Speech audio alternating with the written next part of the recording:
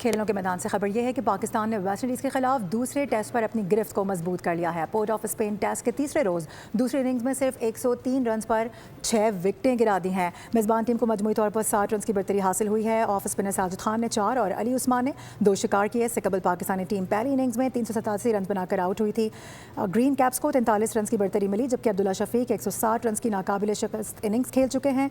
साथ साथ बाबर आजम 88 के स्कोर पर रन आउट हुए हैं। जुमेल वॉरिकन ने 6 विकेटें हासिल की हैं।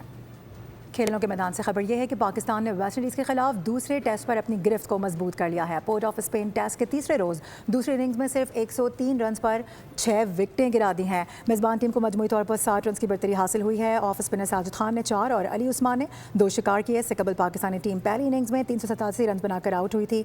ग्रीन कैप्स को 43 रन की बढ़तरी मिली, जबकि अब्दुल्ला शफीक 160 रन की नाकाबिले शिकस्त इनिंग्स खेल चुके हैं। साथ साथ बाबर आजम 88 के स्कोर पर रन आउट हुए हैं।